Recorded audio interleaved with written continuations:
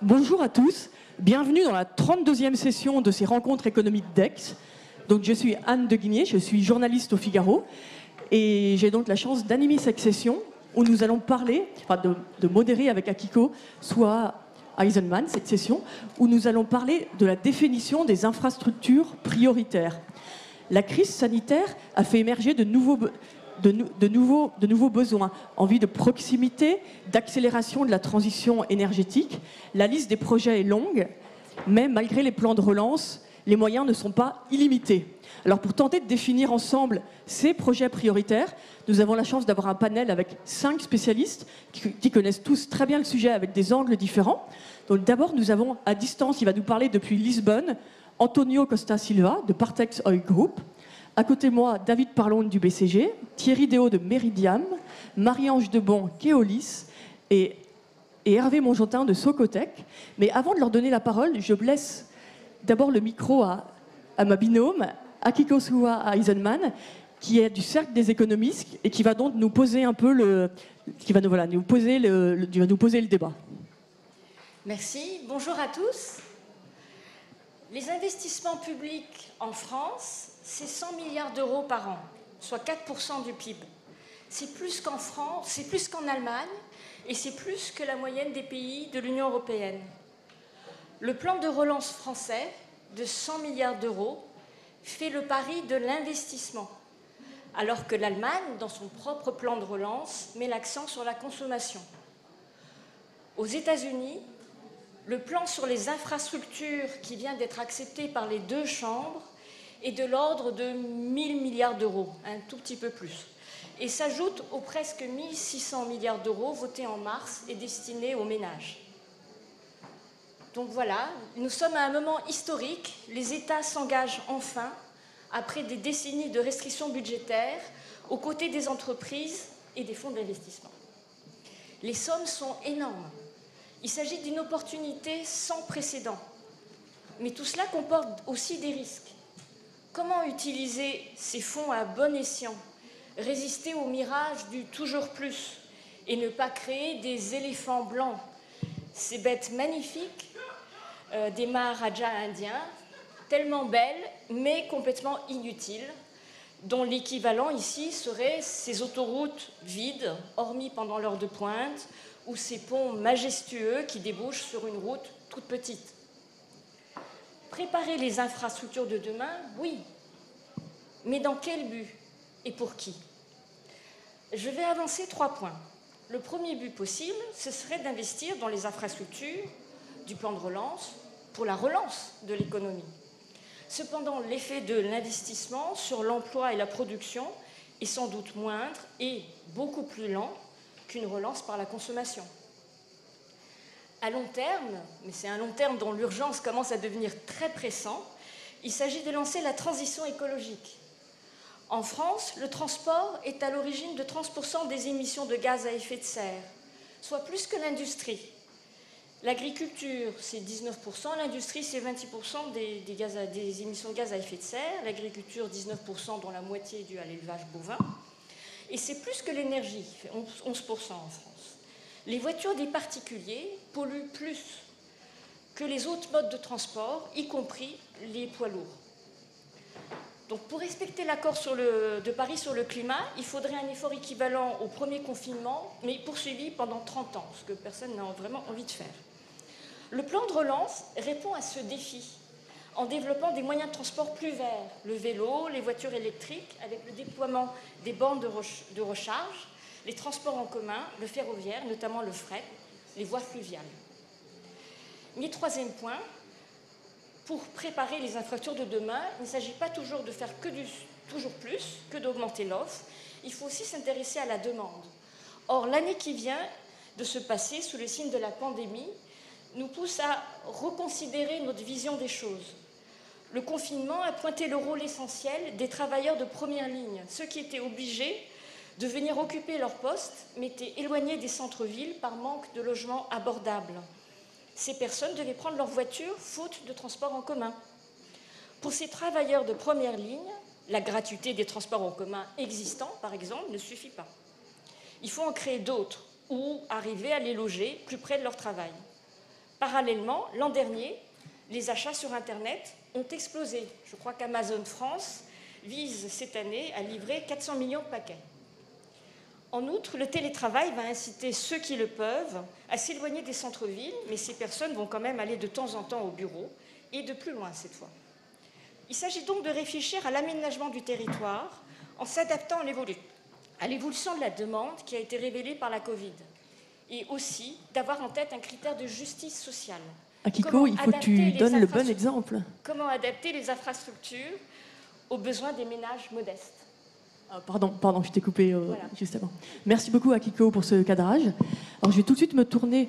Alors déjà, un petit point juste d'organisation. Vous pouvez bien sûr poser des questions. Après, donc, nos cinq panélistes vont chacun s'exprimer. Ensuite, ils vont évidemment s'écouter, puis débattre entre eux. Et pendant le débat, vous posez vos questions soit par Internet, je les reçois sur la tablette, soit évidemment pour ceux qui sont dans la salle. Mais donc, on va commencer par vos propres propos. Donc, je vais me tourner vers mon voisin d'abord, David Perlong. Donc, vous avez travaillé pour l'un des leaders mondiaux du transport maritime, CMA CGC, avant de rejoindre le BCG, où vous êtes associé. Avant cette reconversion, vous avez œuvré à Bercy, notamment en cabinet ministériel, avec un certain Emmanuel Macron.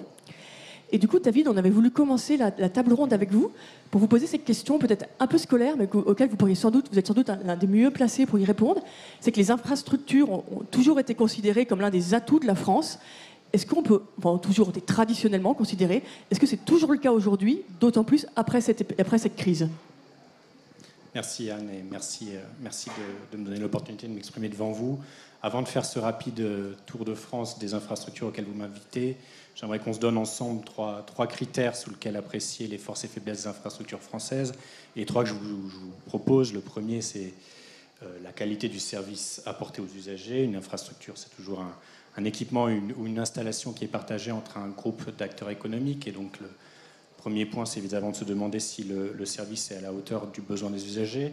Le second, c'est l'accélération et être un activateur de transition. Je pense que c'est important de se dire que les infrastructures ne sont pas seulement là pour répondre à un besoin d'aujourd'hui, elles sont là aussi pour accompagner la transition de leurs usagers. On peut penser aux infrastructures qui permettent le développement des mobilités vertes ou aux infrastructures typiquement dans le domaine de l'Internet qui permettent la digitalisation des entreprises. Et la dernière question qui est hautement d'actualité pour apprécier la qualité d'une infrastructure, c'est sa résilience. Une infrastructure, par définition, ce que ça bénéficie à une pluralité d'acteurs, ça peut être une zone de faiblesse d'une économie importante ou au contraire une zone de force. Et on l'a vu avec le pipeline hydrocarbures aux États-Unis qui a subi une cyberattaque ou le grid texan qui est tombé. Les infrastructures ont un rôle très important à jouer en matière d'amélioration de la résilience des économies. Donc quand on regarde un peu le paysage français, les infrastructures sous ces trois angles, réponse aux usages, activateurs et accélérateurs de transition et contribution à la résilience des économies, je dirais qu'il y a un peu trois types d'infrastructures. Il y a des zones de force qui apparaissent clairement, des zones de faiblesse des infrastructures d'aujourd'hui, et puis une troisième catégorie que j'appellerais les challenges des infrastructures de demain. Autour des zones de force sont connues, mais les deux exemples typiques qui me viennent à l'esprit, c'est un réseau électrique de qualité qui répond à la fois aux besoins des usagers, qui en cela participe à l'aménagement du territoire et donne aussi accès aux industriels à une énergie de qualité et peu chère, qui accompagne aussi d'ailleurs leur trajectoire de décarbonation parce qu'on a une énergie très décarbonée à 93% grâce au nucléaire. Autre exemple qui vient à l'esprit, c'est le réseau routier. 1 million de mètres carrés, un très bon réseau routier, à la fois pour les usagers particuliers, mais aussi pour la logistique qui dépend beaucoup en France, et certains diront trop, de la route. Si on passe maintenant aux zones d'amélioration ou aux faiblesses des infrastructures françaises, ce qui me vient immédiatement à l'esprit, c'est la question de l'intermodal. Alors on a un très bon réseau ferroviaire en France qui sert très bien les usagers particuliers, mais beaucoup moins les entreprises. Pour des raisons qui tiennent en partie aux choix historiques qui ont été faits de privilégier le transport de passagers vis-à-vis du fret. Il y a une grande ambition du groupe SNCF et du gouvernement sur ce sujet. Et c'est un élément très important si on veut permettre la réduction de l'empreinte carbone des entreprises françaises que de pousser le ferroviaire. Ce qui va avec le ferroviaire, c'est les infrastructures de connexion, typiquement la connexion entre les ports et le train, qui en France est plutôt très inférieur à ce qui existe dans d'autres pays. Si je compare, par exemple, les ports allemands sont très bien connectés, les ports du Benelux le sont très bien, beaucoup moins les ports français. Et si enfin je regarde maintenant les grands types d'infrastructures sur lesquelles il faut se positionner, qui sont les infrastructures d'avenir, je citerai en premier peut-être les infrastructures de recharge électrique. Comme vous le savez peut-être, la France vise 10 millions de véhicules électriques en 2030, ça veut dire 1 million de bornes de recharge. Aujourd'hui, on en a 30 000. Donc, il faut que se développe un nouveau type d'infrastructures qui sont des infrastructures de recharge. Et mes collègues du BCG qui ont publié une étude en début d'année chiffrent l'enjeu autour de 30 millions de tonnes de CO2 gagnées par an si les infrastructures permettent cette transition vers une mobilité plus verte.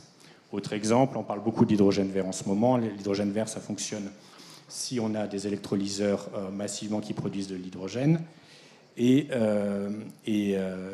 derrière si on a de l'électricité verte pour les soutenir. Donc je conclurai en disant point positif, c'est d'actualité, il y a beaucoup d'investissements dans les plans de relance, mais aussi beaucoup de fonds privés à investir dans ces grandes transitions.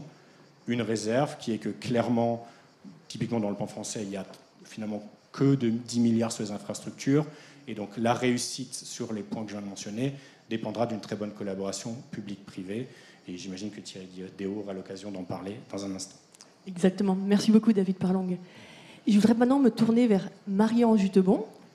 Donc vous êtes depuis l'année dernière la présidente du directoire du groupe Keolis. Avant de rejoindre donc Keolis, vous étiez directrice générale adjointe de Suez.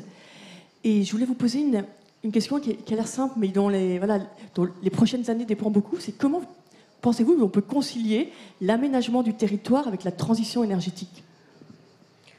Merci Anne. Alors d'abord, je pense que les transports collectifs, si je reprends ce que vient de dire David ou ce que vient de dire Akiko, ça ne ressemble absolument pas à un éléphant blanc. Le transport collectif, au contraire, est l'inverse de cela. D'une part, parce que en matière environnementale, il coche beaucoup de cases. Akiko disait que 30% des émissions de gaz à effet de serre viennent du transport, c'est vrai, mais 95% de ce chiffre, c'est du transport routier. Et si on regarde le niveau de particules, le niveau de gaz à effet de serre, l'ensemble de toutes les choses qui nous inquiètent dans l'air pollué, l'essentiel vient en effet du transport routier, du transport diesel. Le transport collectif, au contraire, est l'infrastructure de mobilité qui est la seule qui coche la case de la transition énergétique. On est à des ratios de 1 à 50 par rapport à la voiture. Si on s'intéresse au tram, par exemple, ou au train, dans certaines comparaisons, on est même dans des ratios de 1 à 100 au kilomètre voyageur. Donc, clairement, en termes de transition énergétique, le transport collectif est un incontournable. Si on veut faire cette mutation qu'on appelle tous de notre vœu, il faut investir plus dans les transports collectifs. En termes d'aménagement du territoire, je crois que c'est finalement le seul moyen qui vous permet à la fois deux écueils, la congestion et le désenclavement. Donc l'enclavement, qui permet le désenclavement. Le transport collectif, c'est ce qui évite la congestion. Et vous avez vu les chiffres que les économistes publient, les chiffres que l'Union européenne a publiés l'année dernière. La congestion en Europe, c'est l'équivalent du PIB du Portugal ou du PIB de la Grèce, en termes de temps perdu, de dysfonctionnement collectif. Donc, avec les transports collectifs, clairement, vous attaquez cette problématique de la congestion, qui n'est évidemment pas un problème parisien, c'est un problème bordelais, c'est un problème lyonnais, c'est un problème de plein de villes. Et évidemment, et peut-être qu'on parlera de pays émergents aussi, c'est aussi un problématique de pays émergents. Des villes comme Dakar sont elles-mêmes congestionnées. Puis le sujet du désenclavement est absolument clé. Alors si on en vient sur le thème du financement, on peut tourner les choses de plein de façons, mais et évidemment la dimension long terme est très importante, mais il n'y a quand même que deux moyens de financer des infrastructures, c'est ou le tarif ou les impôts. Donc c'est la solidarité, et à un moment ou un autre, même si on met des financements structurés, fait venir des investisseurs de grande qualité, il faut à un moment ou un autre que si on met de la dette, si on met du capital, il faudra un jour le rembourser, et vous le rembourserez que de deux façons, le tarif ou l'impôt. Et ensuite, là, c'est à nous collectivement de décider quelle est la bonne dose entre le tarif qui touche l'usager et la solidarité qui touche l'impôt. Et c'est toute la question du financement des infrastructures en France, sur lequel, parfois, collectivement, et les pouvoirs publics, on n'est pas complètement clair. Merci beaucoup, Marion. Bravo pour le timing. Et je ne sais pas on peut avoir Monsieur Antonio Costa Silva. Ah ben, parfait, il est parfaitement connecté. Donc, bonjour, merci beaucoup. Vous êtes avec nous depuis le Portugal. Et donc, Antonio Costa Silva, vous menez plusieurs vies de front, parce que vous êtes président de la commission de gestion de la société pétrolière Partex Oil and Gas. Vous présidez également la commission nationale portugaise de suivi du plan de relance et de résilience. Et vous êtes aussi professeur à l'Institut supérieur technique de Lisbonne. Et du coup, ces trois casquettes font que vous avez une vision très précise de la question de la numérisation des infrastructures. Est-ce que vous pouvez nous dire, aussi bien au Portugal, mais aussi dans toute l'Europe, où on en est sur cette question? OK, thank you very much. Merci beaucoup pour votre invitation. Je suis très heureux de partager avec vous quelques-unes de mes idées dans ce panel. Je pense que la crise de la pandémie nous a mis devant un énorme défi pour l'avenir. Nous devons réfléchir à l'infrastructure, non pas seulement l'infrastructure physique, mais également l'infrastructure numérique. Il y a un décalage et un mouvement vers l'économie intangible, et nous devons prendre cela en compte dans notre réflexion. Lorsqu'on analyse les investissements dans les infrastructures en Portugal, il y a plusieurs critères à prendre en compte, à court terme, et bien sûr, mais également le moyen terme et le long terme. Il y a des critères concernant les investissements, concernant le coût et l'analyse du risque. Nous devons être certains que les investissements seront tout à fait productifs concernant le fonctionnement économique du pays, mais ils doivent également être alignés avec les efforts d'aménagement du territoire, avec la situation économique du pays, et également la compétitivité que le pays doit pouvoir présenter à l'avenir. Nous pouvons donner quelques exemples. Le réseau national ferroviaire électrique sera tout à fait important pour pouvoir renforcer les capitaux régionaux, pour également très important de développer l'intérieur du pays, surtout les zones où il y a moins de densité de population, pour pouvoir améliorer la compétitivité de ces régions du pays. D'autre part, nous avons les ports. Les ports sont dans un cycle de réorganisation et ils sont en train de passer vers une transition énergétique. Simsk, c'est le plus grand port profond, un des plus grands ports d'eau profonde en Europe. C'est un actif extrêmement important. Il sera lié à un investissement dans l'hydrogène. Je pense que l'hydrogène sera extrêmement compétiteur pour les véhicules électriques. Pour ce qui concerne la mobilité, l'hydrogène est tout à fait important également, et cela peut jouer un rôle en tant que combustible.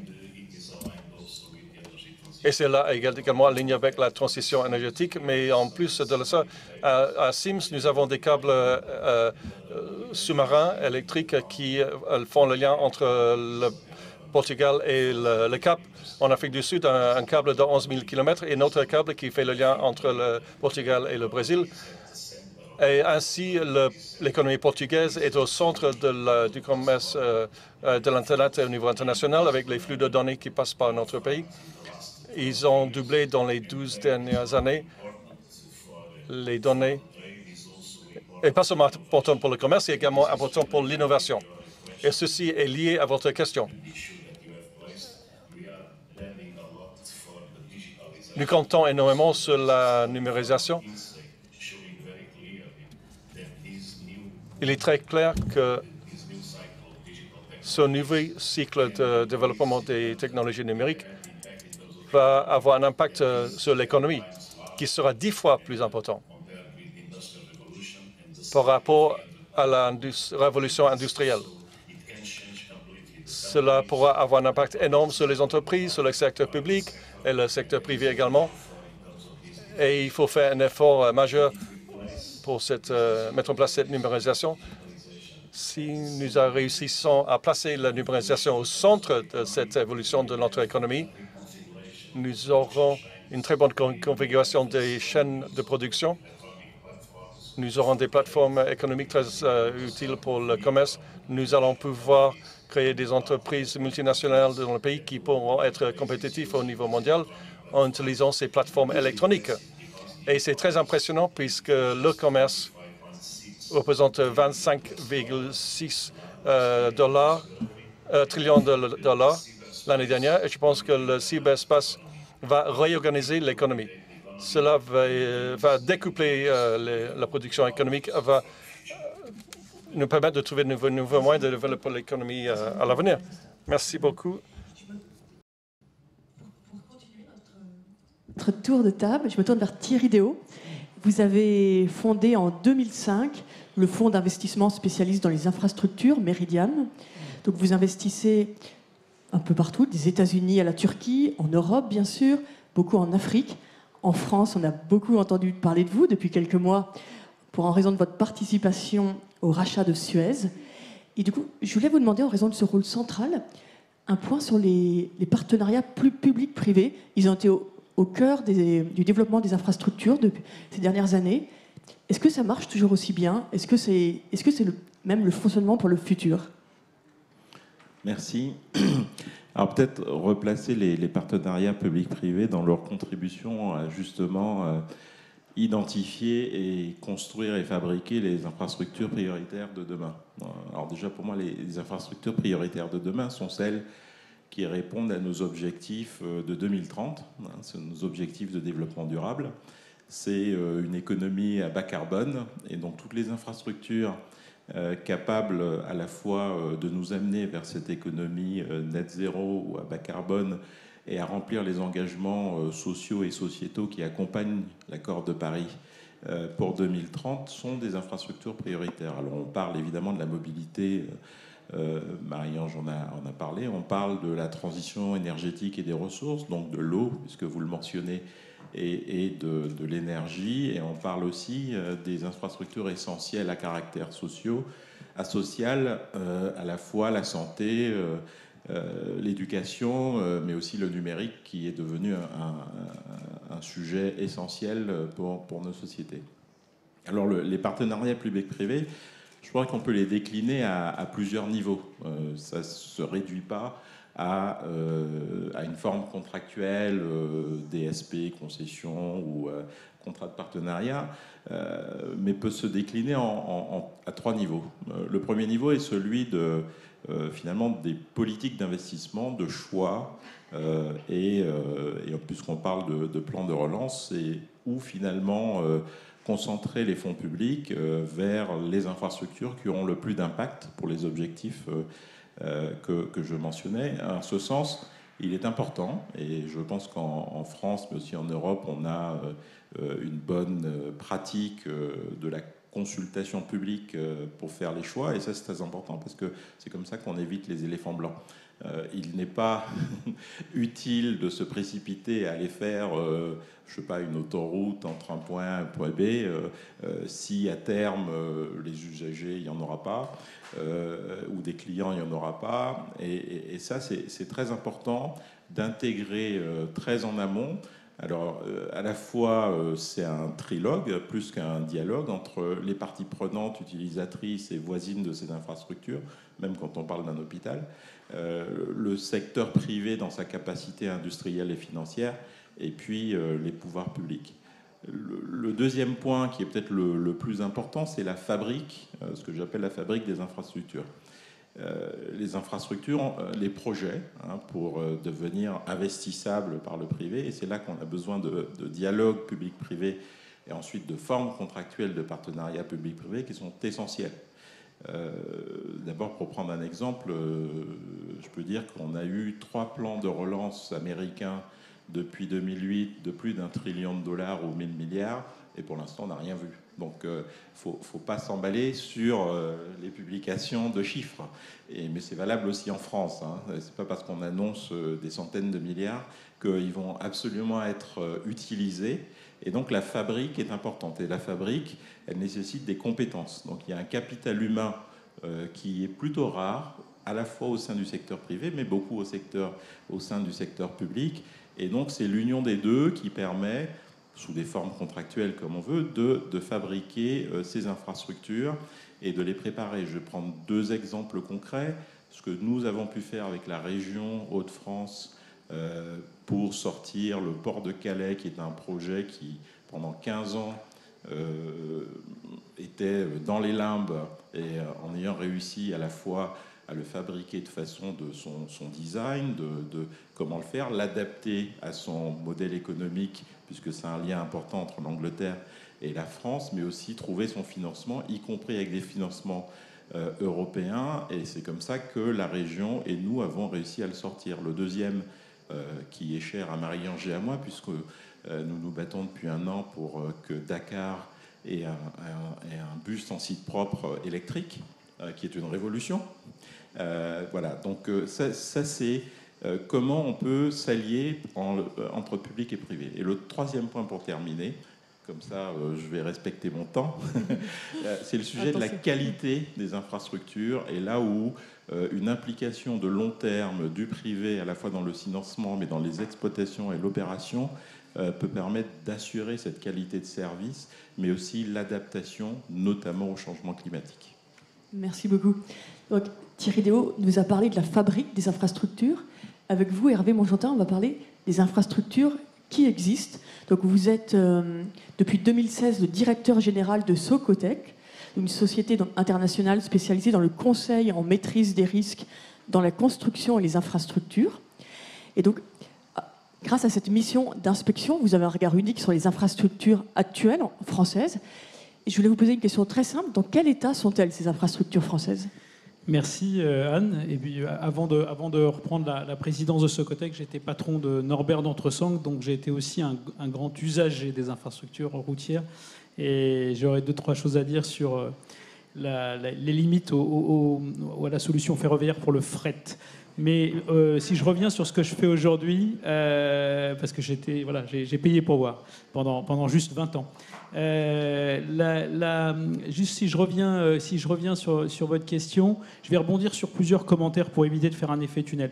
Donc Socotec, c'est 9000 collaborateurs. Effectivement, les infrastructures, c'est 1/3 de notre activité. Et donc, on a des points de comparaison entre la France, la Grande-Bretagne, l'Allemagne, l'Italie, les États-Unis, qui sont nos grands pays. Dans les critères qu'a mis en avant David, il y avait 3 critères. Il y a le critère résilience. Je pense que les pays développés reculent sur la question de la résilience, et la France en particulier. Donc je vais peut-être être un peu moins consensuel, mais je pense qu'il y a une forme de déclin en matière de résilience de nos infrastructures en France, qui était plutôt un point de force. Je partage ce que vous mettez en avant sur le réseau électrique, évidemment, et le réseau autoroutier, mais on est dans une forme de déclin, parce que probablement qu'on n'a pas très bien choisi entre 2 modèles, qui est le modèle qui a été conçu avec beaucoup de créativité par les Britanniques dans les années 90, qui est un modèle d'outsourcing, on va dire, de délégation forte, et avec une autorité de régulation extrêmement puissante aussi.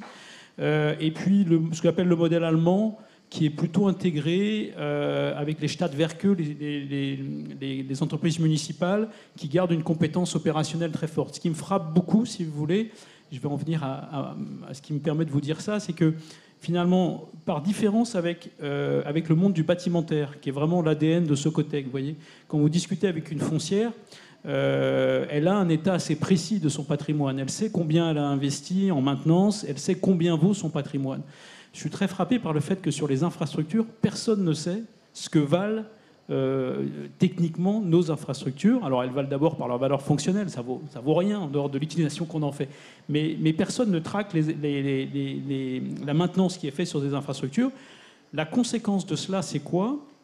C'est des espèces de sursauts. Vous avez peut-être vu un rapport qui vous a surpris il y a 2 ans, rapport parlementaire, qui a juste dit il y a 10% des ponts français, 25 000 ponts, enfin 250 000 ponts, donc 25 000 ponts, en dehors des ponts ferroviaires, qui sont dits à risque. Ça faisait suite à la catastrophe du pont Morandi. Voilà, ça paraît quand même un peu lunaire quand on dit ça, de dire on a 10% de nos ponts qui sont à risque. Et ça, c'est la conséquence de quelque chose qui a été assez peu traqué. Et donc, pour rebondir sur la question du qui paye, parce qu'effectivement, au final, c'est le tarif ou l'impôt, je suis d'accord. Mais je pense qu'on peut investir aussi plus sobrement dans les infrastructures en étant beaucoup plus rigoureux sur l'état du parc et en ayant une puissance publique qui, si elle n'a plus les compétences opérationnelles, feu les DDE, garde une maîtrise d'ouvrage et un savoir-faire de gestionnaire d'infrastructures beaucoup plus fort que ce qu'ils ont aujourd'hui.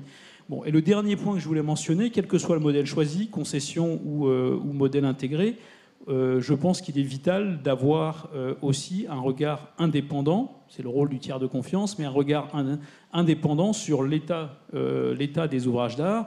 Ce que montre la catastrophe du pont Morandi, c'est aussi que l'exploitant faisait les inspections. Donc il était complètement jugé parti. En l'occurrence, il y avait des inspections qui étaient falsifiées, donc là ça va au-delà. Mais même si on revient à des principes de base, je pense que le fait d'avoir entre les mains d'un même acteur le regard de l'exploitant et le regard d'inspection technique, très technique avec des systèmes de testing, etc., ce n'est pas un système vertueux, tant pour la sécurité des usagers, parce qu'au final c'est ça dont on parle, que pour la sobriété par rapport à la politique de maintenance. Donc pour revenir à votre point sur la résilience, personnellement je pense que la France a un peu reculé en matière de résilience de ses infrastructures. Bon, on termine sur une note un peu plus grave, mais qui est importante d'entendre. Merci beaucoup à tous les 5 et à Kiko. Donc là, voilà, je vous donne notre timing. On a un peu plus d'un quart d'heure pour un temps de débat et de questions. Donc peut-être le plus intéressant, c'est que vous, dans la salle ou par Internet, si vous voulez, si vous voulez participer, je pense que si vous êtes d'accord. Peut-être dans une première chose, est-ce que vous avez envie déjà de réagir, peut-être si l'un ou l'autre veut réagir, sinon on prend directement des questions. Ouais. Juste une réaction pour dire que le cercle des économistes a été subtil en nous regroupant tous, parce que vous avez en fait l'écosystème de qu'est-ce qui fait le succès d'une infrastructure. C'est-à-dire il faut avoir la définition du besoin intelligent, il faut structurer son financement, structurer, faire venir des partenaires, il faut l'exploiter correctement. Et il faut aussi, évidemment, un œil extérieur pour le faire vivre dans la durée. Donc, on est l'ensemble de ce qui fait fonctionner une infrastructure. Donc on a de la chance, c'est pas mal, on peut avoir l'idée. Donc voilà, monsieur, vous aviez une question. Je ne sais pas s'il y a un micro pour le...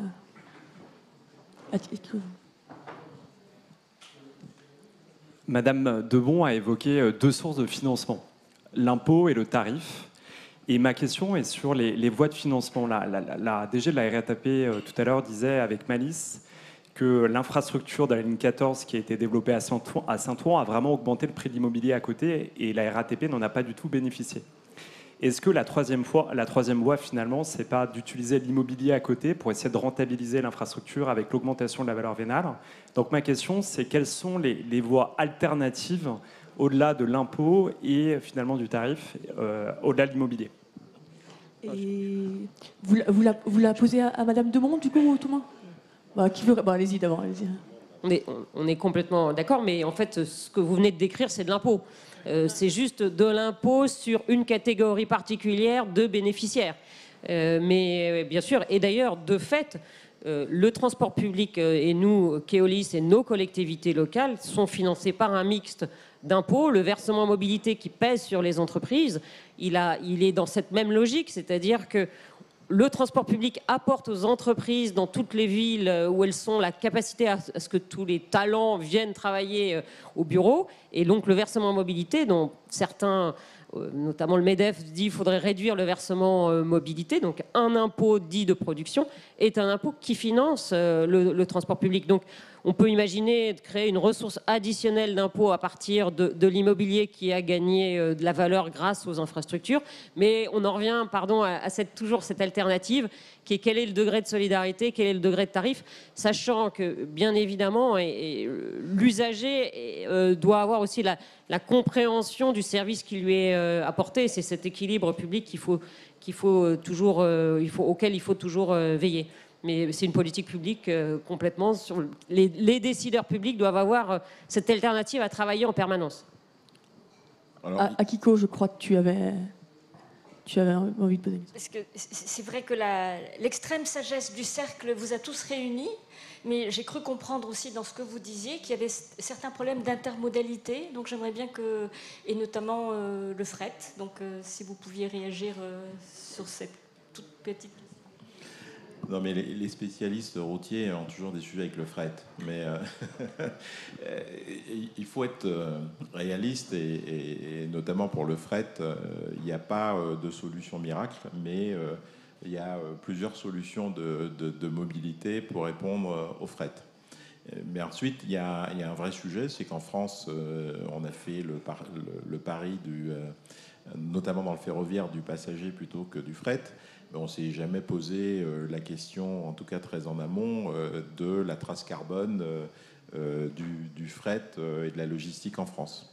La logistique dans son ensemble est un élément fondamental de l'efficience de nos économies. Et ça fait partie de nos engagements et de nos objectifs de développement durable. Donc moi je suis assez partisan du fait que faut arrêter de les opposer. C'est-à-dire que les solutions, notamment ferroviaires, ne marchent pas partout. Moi, je fais du ferroutage à Calais pour recevoir vos conteneurs, enfin vos ex-conteneurs.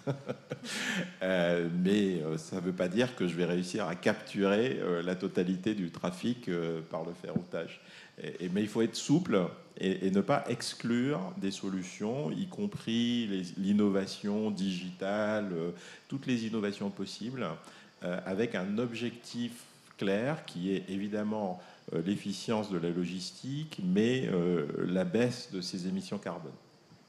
Oui, je vais juste me permettre, ça marche, de rebondir sur le point de Thierry Déhaut. Puis alors, je remets ma casquette antérieure. Moi, je n'ai pas d'intérêt particulier dans les camions. Si on avait pu faire ça en ballon, on l'aurait fait.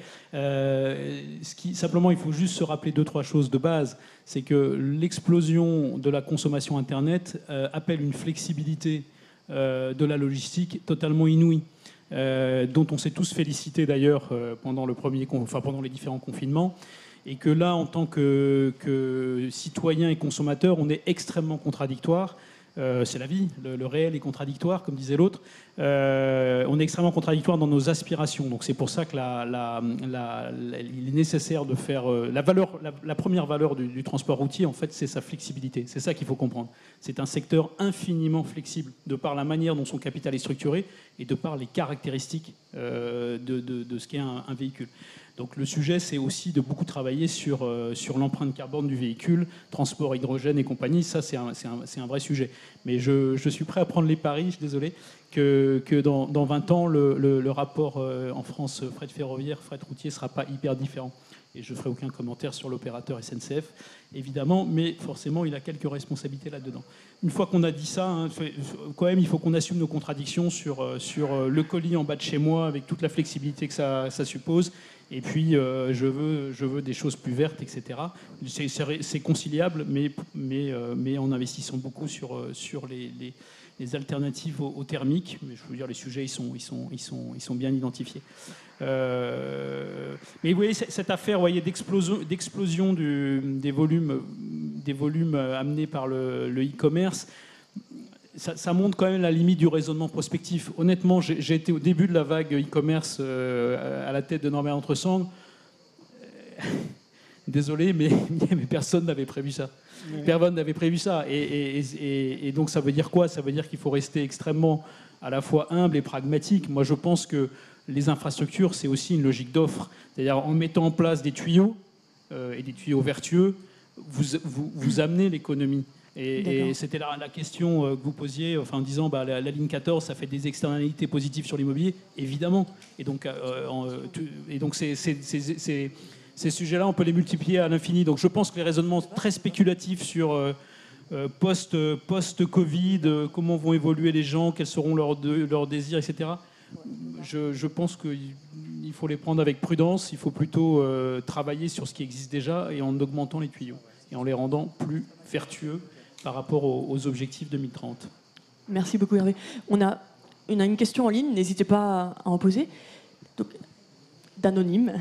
Dans la masse d'infrastructures prioritaires évoquées, nous demande cet internaute, est-ce qu'il faut définir les priorités en fonction des financements disponibles? Donc voilà, est-ce qu'il faut avoir un calcul économique seulement? Je ne sais pas, David Perlang, si vous voulez prendre ça. J'allais dire que c'est une question pour le bureau du budget, mais on a forcément une mauvaise réponse. Voilà. Mais on a un ancien de Bercy, alors il va nous répondre. Moi, je dirais que par définition, quand on parle d'infrastructure, on parle d'objets dont les externalités ne sont pas qu'économiques, ou en tout cas ne bénéficient pas qu'à l'opérateur ou au propriétaire de l'infrastructure. Donc par définition, prioriser une infrastructure, ça n'est jamais regarder uniquement l'approche économique. La question après, c'est quand on veut les faire financer par le privé, et on en a besoin vu les contraintes qui pèsent sur le denier public, comment est-ce que la puissance publique donne un signal économique qui correspond à cette valeur? Alors, ça peut être le tarif, ça peut être des subventions, ça peut être des garanties données à des financeurs. Et donc, oui, je pense qu'on peut trouver des priorités et que même si le champ d'investissement est large, il faut avoir les priorités. J'en ai donné certaines tout à l'heure sur les bornes de recharge ou sur l'hydrogène, sur lesquelles on peut avoir une priorisation par l'impact carbone. On peut avoir une priorisation en regardant les zones de faiblesse en termes de résilience de nos économies et se dire que ce sont dans ces infrastructures-là qu'on veut investir. Et il y a des exemples en ce moment. L'Europe travaille sur la mise en place d'infrastructures de production de vaccins mutualisées qui seraient entre guillemets louées par les États. C'est une deuxième manière de voir les choses. Là encore, c'est la manière de donner un signal économique, c'est le tarif que paiera l'Europe ou les États membres pour louer ces infrastructures. Et donc oui, je pense que sur chacun des critères, résilience, ce qui est important pour accélérer les transitions digitales ou environnementales, on a des critères objectifs qui ne sont pas des critères uniquement économiques sur lesquels on peut réaliser une priorisation. Alors, moi, je voulais rajouter un truc, parce que alors, je ne sais pas si la question c'était plus économique ou financière, parce que in fine, il y a des externalités économiques qui sont positives pour la collectivité et qui ne sont pas que pour le financière. Et il est important, si on parle d'impact finalement dans les infrastructures, nous on est très impact sur les infrastructures, de positionner le financier au même niveau que les externalités non financières. Et ça c'est très important, parce que si on ne prend que l'équation financière pour choisir les infrastructures, on n'aura rien. C'est très clair. Par contre, l'impact que ça crée pour le bien commun, pour l'économie en général, les emplois, l'accès aux emplois bien payés, la biodiversité, tout ce que vous voulez, ça, ce sont des critères qui sont fondamentaux dans le choix de l'infrastructure, parce qu'on est quand même dans un temps qui nous est compté. 2030 et 2050, c'est demain. Et ça, il ne faut pas l'oublier. Et pour sortir du financier, la crise a remis vraiment devant la question des inégalités. Et je me demandais dans quelle mesure les infrastructures peuvent y répondre. Je ne sais pas. Marie-Ange est la meilleure placée pour ça. Non, mais c'est vrai que nous, au Keolis, opérateur de transport, pour vous donner des exemples de lutte contre l'inégalité dans lequel notre métier permet de le faire. D'abord, quand on habite Paris, on n'a pas une conscience du transport scolaire. Le transport scolaire, nous sommes un gros opérateur de transport scolaire. Si le transport collectif scolaire n'existait pas, on aurait un problème pour emmener les enfants, les étudiants à l'université. Donc c'est évident qu'on joue un rôle à dimension sociale assez forte par ce moyen, parce qu'on le permet, ce qui est clair dans ce domaine-là. Les personnes à mobilité réduite, nous sommes aussi un très gros opérateur. Je pense à des publics fragiles, pour répondre un peu à votre question sur le sujet de l'inégalité. Et après, au-delà des publics fragiles, qui est évidemment un point pour lequel le transport collectif est très important, vous avez tout le sujet du prix du transport. Il est clair que le transport collectif est un transport abordable. Même si on a des débats sur les tarifs, d'abord il y a une très très grande variété de tarifs.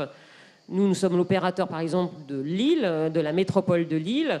À la métropole de Lille, il faut avoir en tête qu'il y a probablement à peu près 50% des usagers de la métropole de Lille qui ont un tarif aménagé d'une manière ou d'une autre, ou parce qu'ils ont plus de 65 ans, ou parce qu'ils ont moins de 18 ans, ou parce qu'ils sont couverts par un mécanisme social.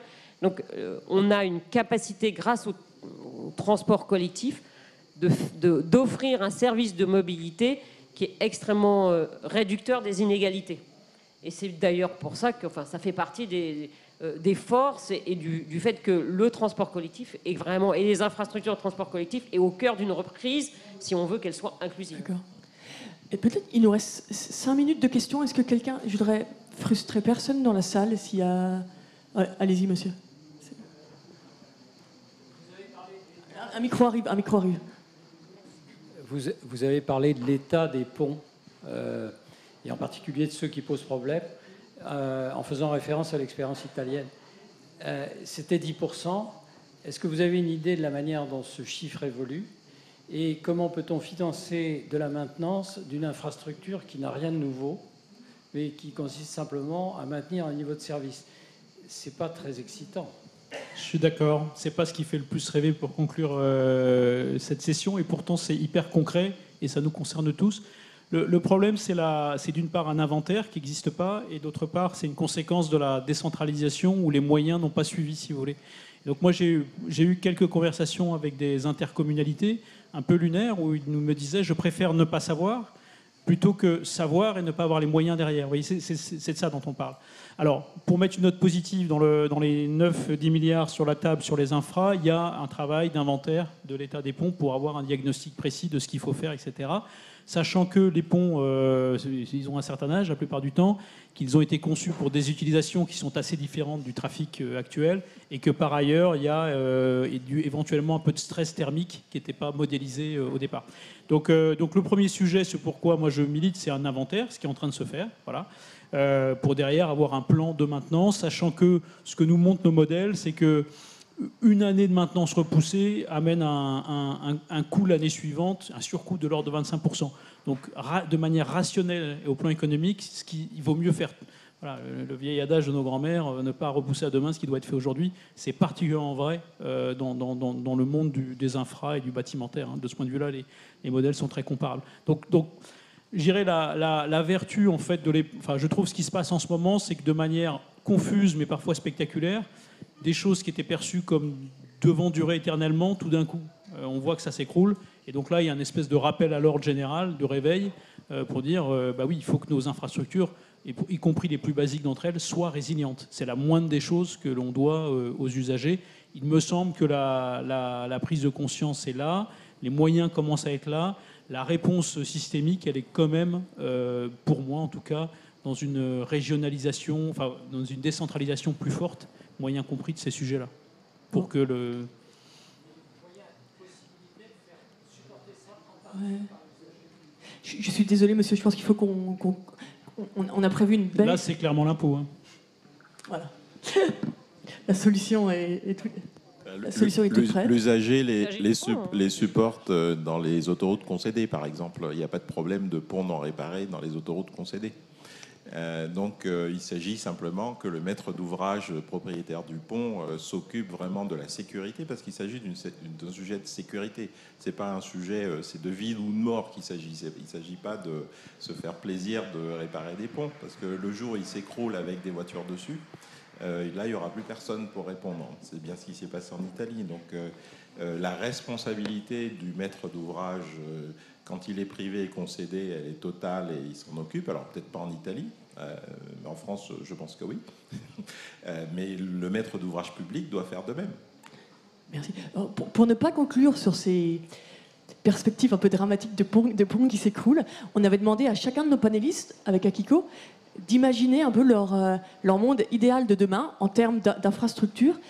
Et je vais peut-être demander d'abord à Antonio Costa Silva. Il est toujours avec nous. Ah, merci beaucoup.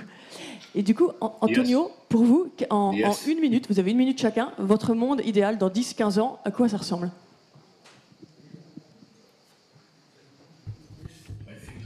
Je crois que le monde idéal, si on regarde les tendances d'aujourd'hui, on aura à l'avenir un énorme développement dans des villes. On a parlé beaucoup de mobilité, mais les villes doivent être changées parce que dans les villes, la consommation d'énergie, 75% sont responsables de 80% des émissions de CO2. Et donc, il n'y a pas on n'arrivera pas à rencontrer les accords de Paris, à respecter les accords de Paris si on ne change pas ça. Et il y a également le traitement de l'information dans les villes, la capacité de réguler le flot de personnes, les ressources d'énergie, d'eau. Donc, tout cela sera un problème à régler. Et l'autre question est liée à l'Internet des objets. Par exemple, nous aurons un genre une galaxie d'équipements qui communiquent entre eux et des machines qui communiqueront entre elles liées au big data, au développement du cloud, par exemple. Et ceci va changer de façon dramatique l'économie. On va gagner en efficacité, en échelle. Peut-être on va réduire notre empreinte. Et je pense que la technologie, la science et la connaissance va façonner l'avenir de notre civilisation. Merci, Antonio. Wunderbar. Do you want to... Écoutez, moi je pense que ça se joue autour de deux choses. D'abord, les infrastructures, c'est par essence un sujet régalien, mais c'est un sujet régalien qui nécessite beaucoup de coopération. On est un bout de l'écosystème. Et donc, un monde idéal, pour moi, c'est un régalien qui se réapproprie le sujet sous l'angle du capital humain, en fait. Voilà, qui soit capable de gérer ce qu'il est en charge de gérer en matière d'infrastructure, s'il doit gérer en matière d'infrastructure. Ça, c'est la première chose. Et la deuxième chose, pour aller dans le sens de ce qui vient d'être dit, il y a beaucoup de solutions qui vont venir de l'IoT, puisque moi, vous avez compris que mon angle, c'est un angle d'exploitation et de résilience, pour permettre en fait un monitoring beaucoup plus sûr et derrière des travaux plus sobres aussi autour de nos infrastructures, sachant que je pense que l'homme étant ainsi fait, la mobilité est un désir incompressible et qu'il est au cœur de l'économie et de la vie humaine. Donc il faudra qu'on accompagne. Enfin, je veux dire ça, c'est au cœur. Et donc, il faut qu'on soit capable de faire face à cela avec les deux injonctions un peu pratico-pratiques que je viens de citer, tout en s'inscrivant, évidemment, dans les objectifs 2030 en matière de développement durable. Voilà. Ouais, merci, parfait. Marie-Ange, respectez bien chacun la minute, sinon le pauvre David n'aura plus de temps. Je réponds sur l'angle transport. Alors, je dirais que moi, je voudrais...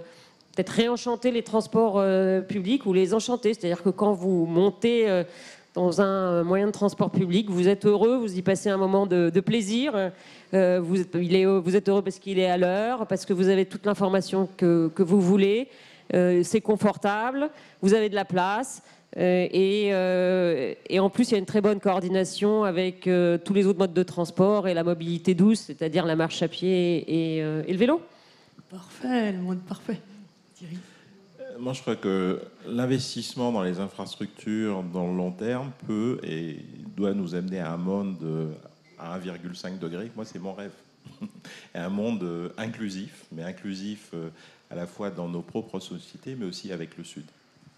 Merci beaucoup. David ? Et moi, mon monde idéal en matière d'infrastructure, c'est un monde dans lequel le champ des infrastructures s'est élargi. Et quand on parle d'infrastructure, on pense d'abord réseau d'électrolyseurs, j'ai parlé de capacité de vaccins partagés, peut-être demain des points de pick-up mutualisés dans les villes pour le e-commerce. Et pourquoi je pense que c'est le monde idéal ? Parce que ça signifiera que les acteurs économiques ont trouvé d'autres lieux communs dans nos fonctionnements économiques, de lieux qu'ils ont envie de partager et qui servent une multiplicité d'acteurs. Et donc c'est ça mon monde idéal.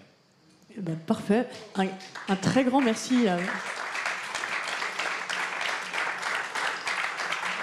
Un très grand merci à tous les 5 pour ces belles perspectives. Et Akiko, je crois que le mot de la fin est pour toi. Oh, si vous voulez, oui. Réenchanter le monde avec des fonctionnaires intelligents. Je crois que je vais essayer. C'est parfait, c'est parfait.